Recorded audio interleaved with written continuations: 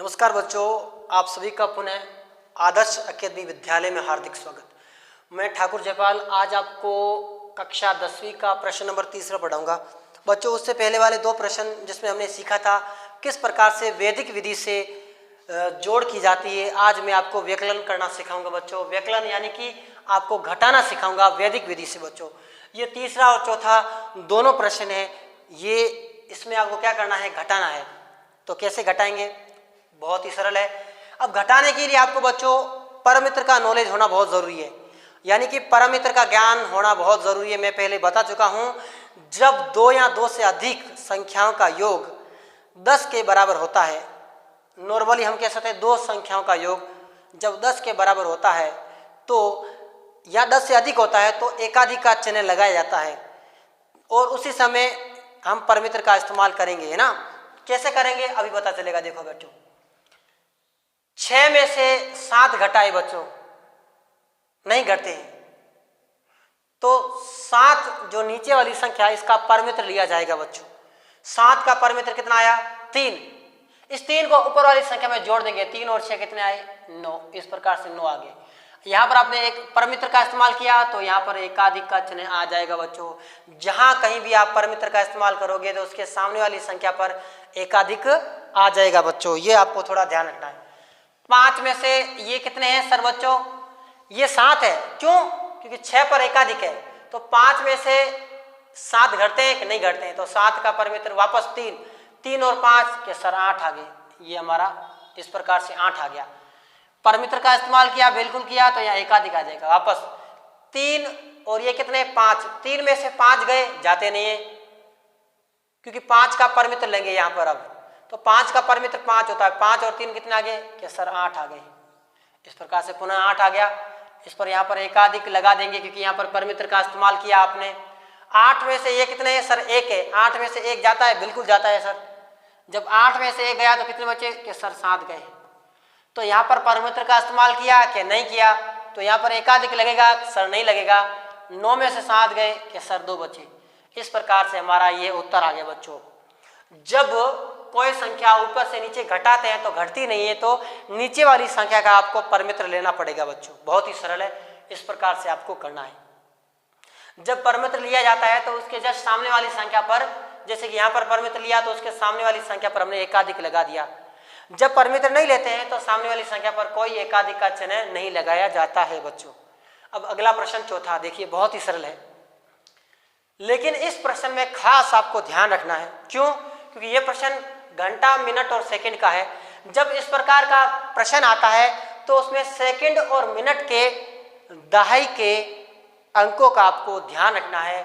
Second और minute के दहाई के जो अंक है उनका जो परमित्र है हम 6 के रूप में लेंगे। बच्चों, कैसे अभी आपको पता चलेगा।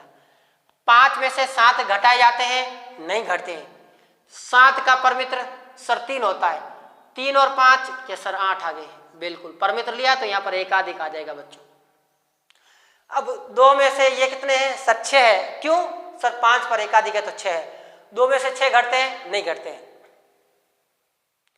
तो यहाँ पर 6 का परमित्र आप बोलोगे 4, नहीं 4 नहीं होगा, ये सेकंड के दहाई का अंक है, तो यहाँ पर परमित्र के रूप में योगफल 6 आना चाहिए। तो 2 में से 6 नहीं घटते हैं, तो 6 का परमित्र 0, क्योंकि 6 में कितने जोड़ेंगे, 6 प्राप्त हो, 0 जोड़ेंगे तो 6 का परमित्र 0, और 0 को ऊपर वाली संख्या 2 से जोड़ेंगे तो कितना आए, ये 2 आ गए। केवल सेकंड के और मिनट के दहाई के अंकों में इस प्रकार करना है, बाकी सेम रहेगा। यहाँ पर परमित्र लिया, बिल्कुल, तो इस पर क्या आएगा, एकाधिक आ जाएगा। बच्चों, 6 में से 9 जाते हैं, नहीं जाते हैं, क्योंकि ये 9 है, 8 पर एकाधिक है 9, 9 का परमित्र सर 1 और ऊपर वाली संख्या जोड़ देंगे, 1 और 6 सर 7 आ गए। परमित्र लिया, बिल्कुल, तो यहाँ पर एकाधिक आ जाएगा। अब आप यहाँ पर वापस 2 में से ये कितने 6, 2 में से 6 घटते हैं सर, नहीं घटते हैं, तो बच्चों क्या करोगे, तो सर 6 का परमित्र लेंगे। 6 का परमित्र क्या होता है सर, 0 होता है। 0 और 2 के सर 2 आ गए। समझ में आ रहा है बच्चों, इस प्रकार से आपको करना है। आगे परमित्र लिया तो यहाँ पर एकाधिक आएगा। 1 में से 9 घटाए, नहीं जाते, 9 का परमित्र सर 1 होता है, 1 और 1 सर 2 आ गए, है ना। आगे बढ़ते हैं। अब यहाँ पर पर मित्र लिया बिल्कुल, तो यहाँ पर एकाधिक आ जाएगा। अब 3 में से ये कितने, 2, 3 में से 2 गए सर, 1 बचा। इस प्रकार से आपको पता करना है कि किस प्रकार कहाँ एकाधिक लगाना है, कहाँ पर मित्र लेना है, ये आपको दिमाग लगाना बच्चों। 5 में से 7 नहीं घटता है तभी पर मित्र लेना है, जब घटता है तो कोई पर मित्र नहीं लिया जाता है, थोड़ा ध्यान रखना है। 5 में से 7 नहीं घट रहे थे तो 7 का पर मित्र सर 3 आ गए, 3 और 5 जोड़े 8 आ गए, पर मित्र लिया है ना, पर मित्र लिया तो एकाधिक लग गया। 2 में से 6 घटते हैं, नहीं घटते, 6 का पर मित्र 0, 0 और 2 2, यहाँ पर मित्र लिया तो यहाँ पर एकाधिक आ गया। 6 में से 9 घटते हैं, नहीं घटते, तो 9 का पर मित्र सर 1, 1 और 6 7 आ गए, या पर मित्र लगा दिया एकाधिक के रूप में, है ना, या एकाधिक लगा दिया। 2 में से 6 घटते हैं, नहीं घटते, 6 का पर मित्र 0, 0 और 2 2 आ गया, यहाँ पर मित्र लगा दिया एकाधिक के रूप में, है ना। ये एकाधिक है, एकाधिक यानी 9, 1 में से 9 नहीं जाते, तो 1 में से 9 नहीं आते हैं तो क्या आएगा, 9 का पर मित्र 1, 1 और 1 2 आ गए, यहाँ पर एकाधिक लगा दिया, तो 3 में से ये 2 गए, 1 बचे। इस प्रकार से उत्तर आ गया हमारा बच्चों। बहुत ही सरल था, आशा करता हूँ आपको समझ में आया होगा। अब अगला जो प्रश्न है 5वां, वहां पर गुणा करना है बच्चों।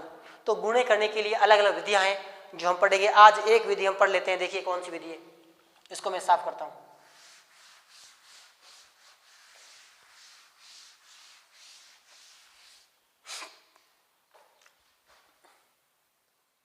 पांचवें प्रश्न के रूप में है गुणा करना, है ना, जिसे बोलेंगे गुणनफल। आज मैं थोड़ा बेसिक इसके बारे में बता देता हूं, गुणनफल के बारे में। गुणनफल में सबसे पहली विधि आती है, उसे बोलेंगे एकाधिकेन पूर्वेण विधि। एकाधिकेन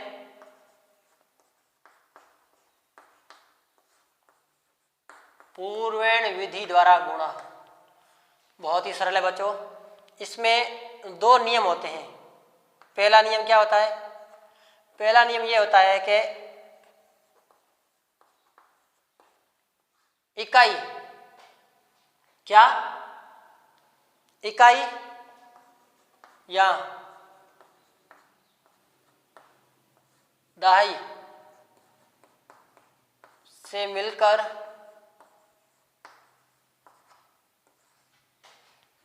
बनी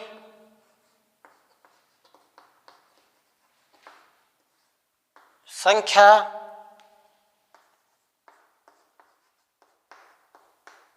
का योग 1, 10,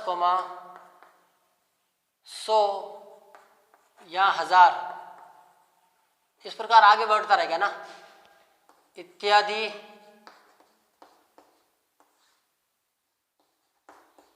हो। इनमें से कोई भी होना चाहिए, तभी ये नियम, पहला नियम लागू होगा यहाँ पर, है ना। इस विधि के लिए ये नियम लागू होते हैं तो ये विधि इस्तेमाल की जाएगी, अन्यथा नहीं की जाएगी। दूसरा क्या होता है, शेष बच्चे अंक समान हो। शेष बच्चे अंक समान हो कैसे, मैं इन दोनों बिंदुओं को एक एग्जाम्पल के रूप में आपको क्लियर करना चाहता हूं। जैसे कि मान लो एक प्रश्न है, 12 × 18 का गुणा करना है। देखो ये विधि इसमें लागू होती है नहीं होती है, तो पहले देखना 12 × 18। देखिए तो यहाँ पर इकाई या इकाई से मिलकर बनी संख्या का योग, पहले इकाई लेते हैं, इकाई 8 और यहाँ इकाई 2, तो इकाई के अंक क्या है, देखो संकेत के रूप में मैं बता देता हूं। संकेत के रूप में यहाँ इकाई क्या है कि सर 8 है, और यहाँ इकाई क्या है 2। इकाई दोनों संख्याओं के इकाई से इकाई है, उससे बनी संख्याओं का योग कर रहा हूं, जोड़ रहा हूं। बनी संख्या का योग 1, 10, 100 या 1000 होना चाहिए, तो यहाँ 10 आ रहे हैं बच्चों, तो यानी पहला नियम इसमें लागू हो रहा है। दूसरा नियम क्या है, देखो संकेत के रूप में शेष बचे अंक, शेष 8 और 2 को छोड़ दो, पीछे बचे अंक समान हो, तो यहाँ भी एक है, यहाँ भी एक है, तो ये शेष बचे अंक समान है। शेष बच्चे अंक क्या है, समान है, बिल्कुल समान है। तो इस प्रश्न में हम ये विधि लागू कर सकते हैं, बहुत ही सरल है। इस प्रकार से आपको पता चल जाएगा कि ऐसे प्रश्नों में ये विधि लागू हो रही है या नहीं हो रही है। ठीक है, थोड़ा आपको ध्यान रखना है, इसको आपको लिख दो। इस विधि के ये दो नियम आपको याद होने बहुत ज़रूरी है। आगे बढ़ते हैं। देखिए इस विधि के कोई एग्जाम्पल बता देता हूँ मैं, ताकि आपको समझ में आ जाए थोड़ा सा। कैसे, देखो मैं एग्जाम्पल मेरे अनुसार ले रहा हूँ, थोड़ा ध्यान रखना। 24 × 26 का गुणा करना है।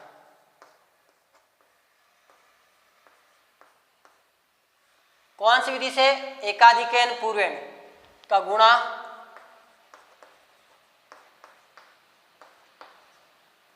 एकाधिकैन